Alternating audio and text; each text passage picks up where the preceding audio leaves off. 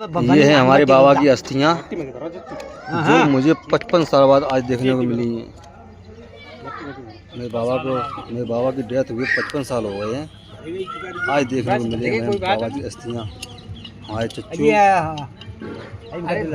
हमारे ताऊ के लड़के लगे हुए हैं, हमारे खड़े हुए हैं दादा हमारे देखो,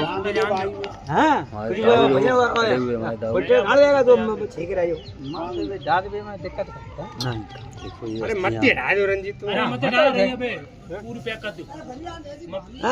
मट्टी छेव तो हड्डी चाहिए बाबा जी की डेथ हुई लगभग 55 साल हो गए। आज हमें देखने की स्थिति है। इन्हें कल गंगा जी में लेके जाएंगे और इनको गंगा जी में जाकर प्रवाह करेंगे।